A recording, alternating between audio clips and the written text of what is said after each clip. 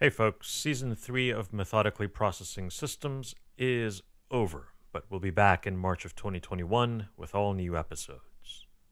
Now, for the holidays, we're going back to our archives and pulling a fan favorite episode to air once again.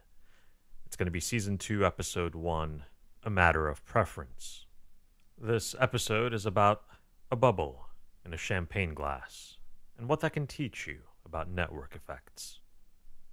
Now, if you enjoyed this episode and want to listen to all the other great episodes that we produced in Season 1 and Season 2, we've put together the Methodically Processing Holiday Bundle for you. The Holiday Bundle includes all of Season 1 and Season 2 episodes, which each of those seasons normally runs for about $9 a pop. And we've also included the System Wisdom PDF ebook and audiobook, which is normally $24, and we've bundled them all together for just $7 in total. So if you want to get the complete first season and the complete second seasons of this show and the System Wisdom audiobook and ebook, just follow the link in the episode description and get the Methodically Processing Holiday Bundle. It's available until January 1st, 2021. It's our way of saying thanks for listening in 2020. We'll be back with brand new episodes in 2021. Until then, here's a little story about a little bubble in a glass of champagne.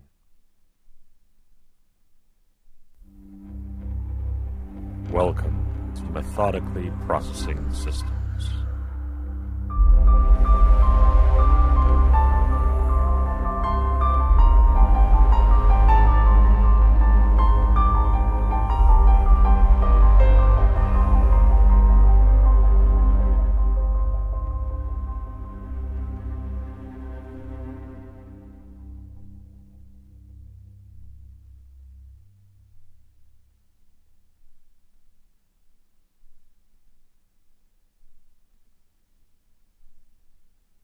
Imagine for a minute that you find yourself at a fancy party. The kind of party where there's classy music in the background and champagne being served, and everyone who's anyone is at the party. Of course, you're going to be bored at this party, and you find yourself noticing a column of bubbles in the champagne glass. And you just kind of watch these bubbles rising up in a single column from the bottom of the glass to the top of the champagne. And of course, given how bored you are at this fancy party, as you should be, you notice that the bubbles are all rising from one single point in the glass, and they rise up in a column, accelerating as they get closer and closer to the top of the liquid. A few years ago, you would have died of boredom as you watched these champagne bubbles rise and rise in a single column. But you are a modern human being, and so that means you can whip out your phone and start looking things up. You quickly learn that it's actually very difficult to have a bubble form inside of a liquid. The gases that are dissolved in the liquid need to form enough pressure to push against all of that water that's pushing back on them. And that's not an easy task for one tiny sparkle of a hope of a bubble. That little hope needs a little bit of help. Something like a piece of dust or an imperfection or a scratch inside of the glass. Of course, it's a fancy party, so the glasses don't have anything like dust inside of them because they've been scrubbed to death and back over and over again. But on the other hand, those clever people who make fancy champagne glasses for fancy parties knew that this would be a problem. And so what they've done is basically etched a little tiny scratch at the very center bottom of the champagne glass. And this little scratch gives our hope of a bubble the chance it needs to form into an actual bubble. Once that bubble forms, it starts to rise because it's lighter than the liquid around it. That little bubble rises slowly at first, but it's got a secret hidden up its sleeves. Because you see, that little bubble is an imperfection in the liquid all by itself. And so as it slowly rises, the other gases dissolved in the liquid latch on to this imperfection. It basically picks up other gases, and it gets bigger and bigger as it rises up. The bigger it gets, the more power it has to rise, and the faster and faster it starts to rise through the glass. Meanwhile, right behind it, at the bottom of the glass where that scratch is, other bubbles have started to form, and they start to rise, and they pick up more gases as they come up through the liquid.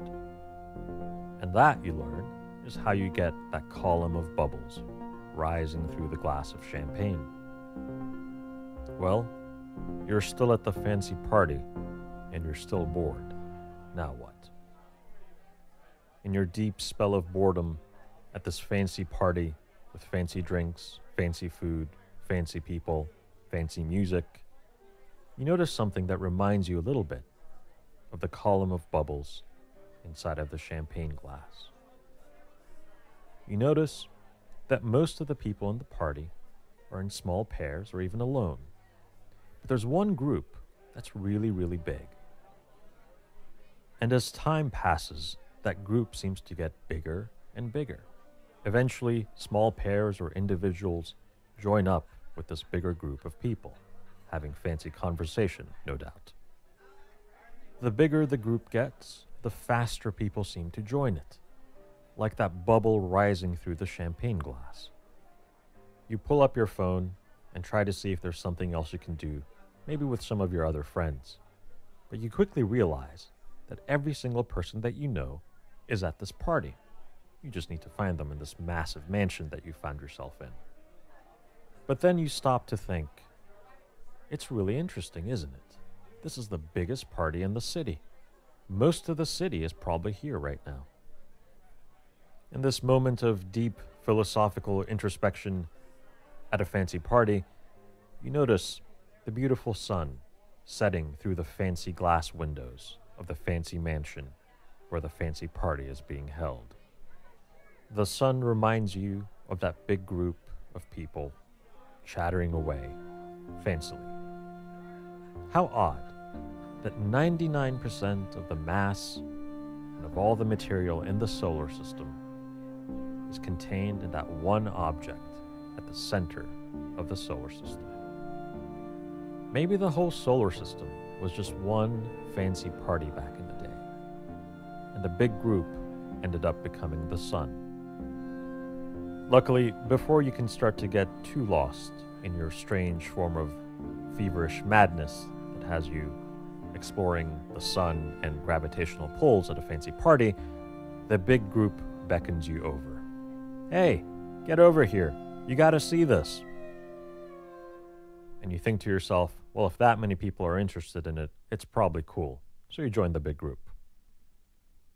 What you noticed inside the champagne glass, in the big group of people at the party, and at the center of our solar system with the sun, can be explained by a property of interconnected systems called preferential attachment. Preferential attachment is this idea that once something takes off or becomes successful, not only is it likely to stay that way, but it's likely to take off even more or grow even more successful. The mechanism behind this is actually fairly easy to understand. It's basically a simple loop. Once something takes off, it draws attention to itself. The more attention it gets, the more likely it is to grow and be more successful. The more successful it is, the more attention it gets. The more attention it gets, the more successful it becomes. The more successful it becomes, the more attention it gets. The more attention it gets, the more successful it becomes. And this process can repeat virtually endlessly because success is generally unbounded. So if you think about the bubble in the champagne glass, at the very beginning it's small and tiny at the bottom of the glass, and then as it rises, it runs into other dissolved gases inside the liquid. It picks these gases up and it becomes a bigger bubble. When it becomes a bigger bubble, its surface area is much bigger, its volume is much bigger, so it's a bigger bubble. Well, that means it runs into even more dissolved gases in the liquid, and it picks those up. It gets bigger, and then it picks up even more dissolved gases and gets bigger, until eventually it hits the top of the liquid and goes off into the air. The same mechanism is how our solar system and our sun came to be. Initially, there were these gases distributed throughout the solar system, and then as different areas of the solar system started to pick up and coalesce, some grew faster than the others. The ones that got bigger got a greater gravitational pull, and they sucked in more of the stuff, which gave them even more gravitational pull, so they could suck in even more stuff, and eventually you get to the point where you have a sun with 99% of the mass of the solar system. A similar process would happen with the big group at the fancy party. Initially, there might have been just two people talking to each other.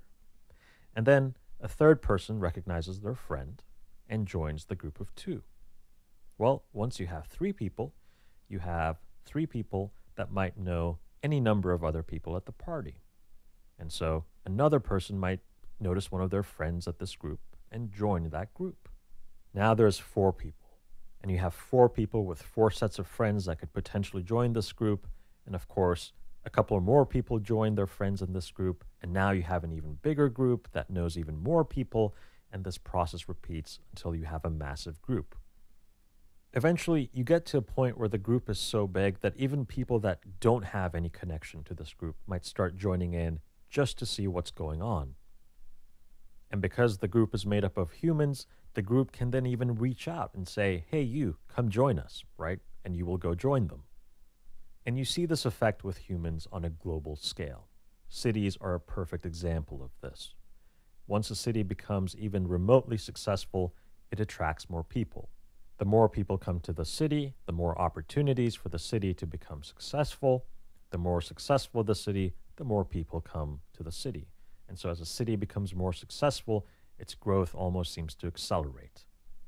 And this leads to megacities around the world where you end up with millions and millions of people in a very small, dense space. As Albert Laszlo Barabasi, the brilliant network scientist who coined the term preferential attachment, describes it, success breeds success. Now, something to keep in mind is that there is no such thing as the reverse of preferential attachment. There is no such thing as preferential detachment. So if we go back to our group at the party example, if we have 5 people standing in a group and one of them leaves, it doesn't mean that the entire group is going to disband. Preferential attachment brings us back to this idea that we have discussed before on this podcast, which is that beginnings are an incredibly important part of any process, of any endeavor. Not only do you have the most amount of options at your disposal at the beginning of an endeavor, but the initial momentum that your endeavor gets at the very beginning can determine how successful it's going to be. It's vital that you get that first success, no matter how small that success might be. If you're opening a grocery store, getting that first customer is one of the most important things that you can do for your business. Once you get that first customer, you now have a fighting chance because others will join. Remember what Barabasi says, success breeds success. If you have a child and you want to get them interested in something like mathematics, then it's important to give them that first success in mathematics. Initial success is the key to building up that momentum in whatever it is that you're doing. Getting from that 0 to a 1 is what changes everything.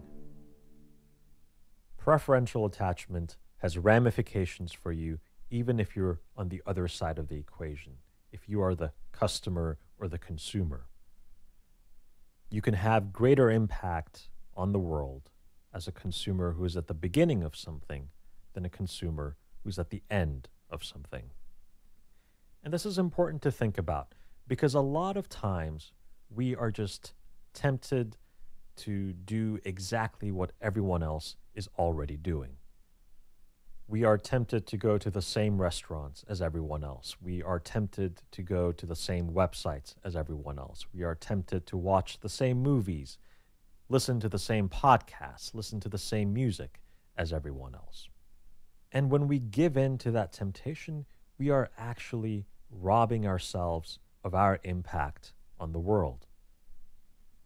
If you are going to a restaurant based on the 5,000 reviews that it's already received, you aren't really contributing much to the world.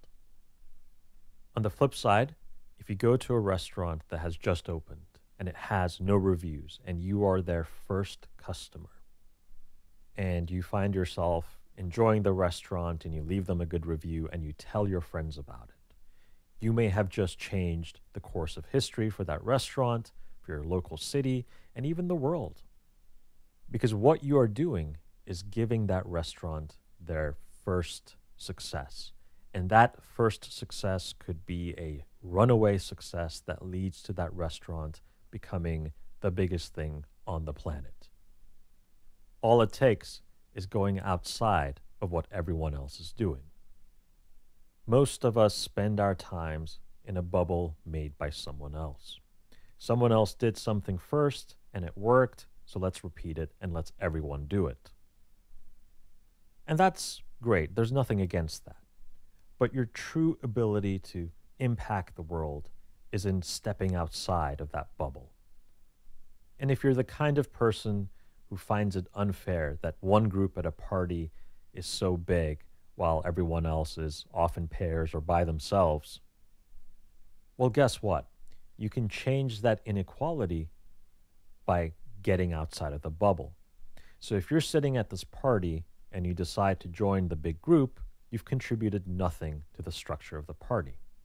But if you decide to join a smaller group, find someone by themselves and go chat with them, or find a smaller group and join them, you are giving those groups, those people, a chance to have that runaway success.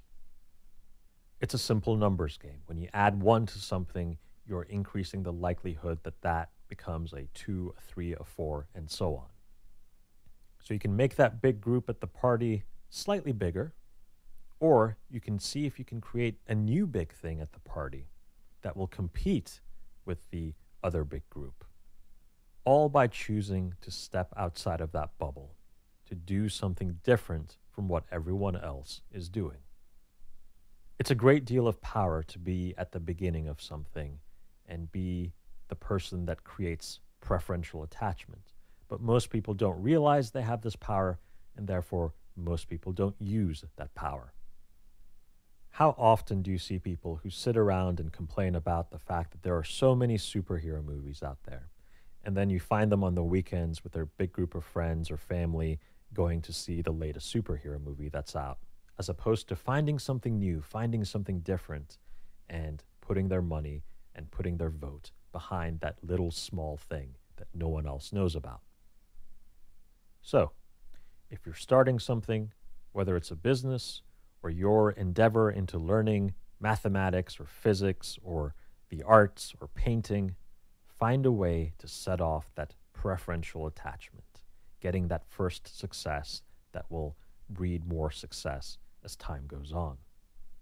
And if you're on the other side of it and you want to have a bigger impact on the world, here's what you do. Step outside of your usual bubbles and try something new.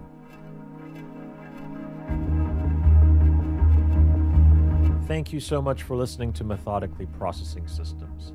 If you enjoyed this show and you want to help it build up its preferential attachment, please consider going to iTunes, leaving us a good review, or share it with your friends and family who you think would enjoy these shows. Thank you so much.